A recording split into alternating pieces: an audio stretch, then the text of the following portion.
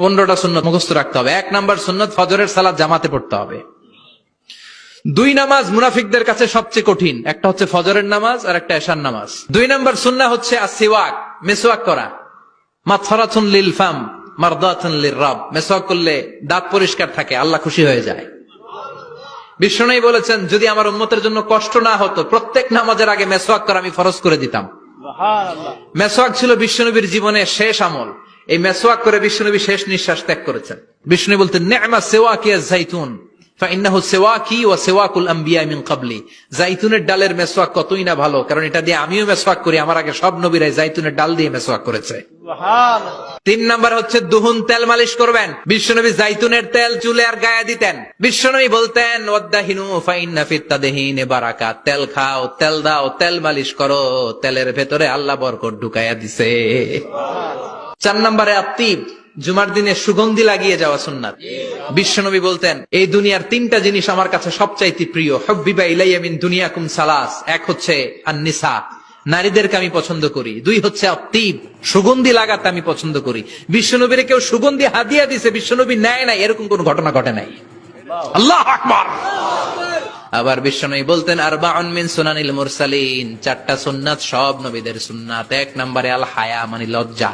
আরেক বর্ণনা এসেছে আল খিতান মানে সুন্নাতে খাতনা, এটা সব নবীদের ছিল।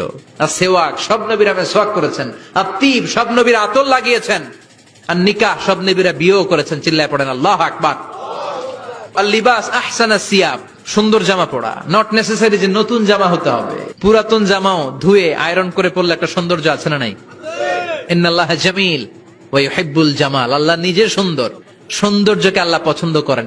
এরপরে ইকসারুস সালাহ আলান নবী, বিশ্বনবীর উপর বেশি বেশি দুরূদ পড়া। বিশ্বনবী বলতেন জুমার দিন শ্রেষ্ঠ দিন, এই দিন আমার উপর বেশি বেশি দুরূদ পড়ো। ফাইন্না সালাতাকুম মা'রুদাতুন আলাইয়া, কেননা তোমরা যে আমার উপর দুরূদ পড়ো, আমি মরে যাওয়ার পরে এই দুরূদ গুলো কে পাঠিয়েছে তার নাম, তার বাবার নাম সহ ফেরেশতারা আমার কবরে দিয়ে আসে। সুবহানাল্লাহ।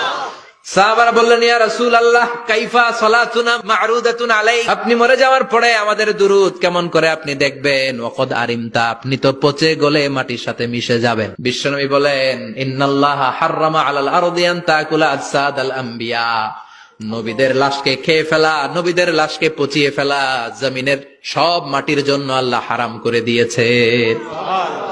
এরপরে বিশ্বনবী বলতেন জুমার দিনে সূরাতুল কাহাফ পড়বা, কাহাফ পড়া সুন্নাহ। বিশ্বনবী বললেন সূরাতুল কাহাফ যে তেলাওয়াত করবে ইয়াকুনু লাহু নূর, এই সূরাতুল কাহাফ কিয়ামতের দিন তার সামনে বিশাল একটা আলো হয়ে আসবে।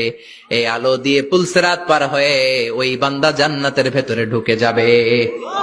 আবার বিশ্বনবী বলেন যারা সূরাতুল কাহাফের প্রথম 10 আয়াত তেলাওয়াত করবে জুমার দিন, শেষের 10 আয়াত যারা জুমার দিন তেলাওয়াত করবে, দাজ্জালের ফিতনা থেকে তাদেরকে মুক্ত রাখবে কে?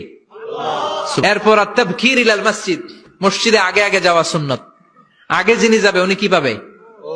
তারপরে গরু, তারপরে বকরি, তারপরে মুরগি, মুরগির পরে ডিম না আন্ডা? আন্ডা। আল মাশিউ আলাল ইকদাম, বিশ্বনবী বললেন হেঁটে হেঁটে জুমার নামাজে যাওয়া সুন্নাহ। প্রতি কদমে কদমে আমলনামায় সওয়াব দিয়ে দিবে কে? এরপরে বিশ্বনবী বললেন আদামু তাখাত্তি রিকাবান নাস, মানুষের ঘাড় ডিঙ্গিয়ে সামনে না যাওয়া সুন্নাহ। অনেকে জুমার দিন আসে সবার শেষে বসতে চায় সামনে, এরকম ডাকাইত আছে না নাই? বিশ্বনবী জুমার খুতবা দিচ্ছেন, হঠাৎ এক সাহাবী সব সাহাবীর ঘাড় ডিঙ্গিয়ে ডিঙ্গিয়ে সামনে আসতেছে বুলেটের মতো। বিশ্বনবী বললেন থামো, এজেলেস বসো মিয়া, ফাকাদ আযাইতা ওয়া আনাইতা, আসছো দেরি করে আবার মুসল্লিদেরকে কষ্ট দিচ্ছ। যেখানে জায়গা পাবেন ওইখানে বসবেন, মানুষের ঘাট ডিঙ্গিয়ে সামনের কাতারে যাওয়া এটা ঠিক না। এরপরে বিশ্বনবী বললেন দুখুলুল মসজিদে রাকাতাইন, জুমার নামাজের দিন মসজিদে ঢোকার পরে 2 রাকাত পড়া সুন্নাত। কয় রাকাত? 2 রাকাত। এরপরে বিশ্বনবী বললেন ইনসাত, চুপ থেকে খুতবা শুনবা। তাহলে জুমার নামাজে কথা বলা যাবে না, কেউ কথা বললে চুপ করো, এই কথাটাও বলতে বিশ্বনবী নিষেধ করেছেন। চিল্লায় বলেন ঠিক কিনা? এরপরে মজার একটা কথা বিশ্বনবী বলেছেন জুমার নামাজ পড়তে যে যদি কারো ঘুম আসে জায়গা চেঞ্জ করে বসো। পুরো মসজিদের ডানে বায়ে রহমতে ঠাসা, খালি ঘুম আর ঘুম, আছে না নাই? ঘুম আসলে কি করবেন? উঠে যাবেন, উঠে জায়গা চেঞ্জ করবেন, পানির ঝাপটা দিবেন, ঘুম দূর করে দিবে কে? তারপরে বিশ্বনবী বললেন জুমার দিন দোয়া করলে কবুল হয়। এটা কখন?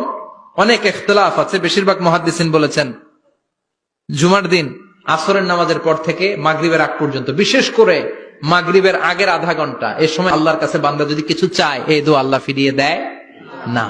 এই 15টা সুন্নাত আমল করা যাবে তো? সবাই রাজি?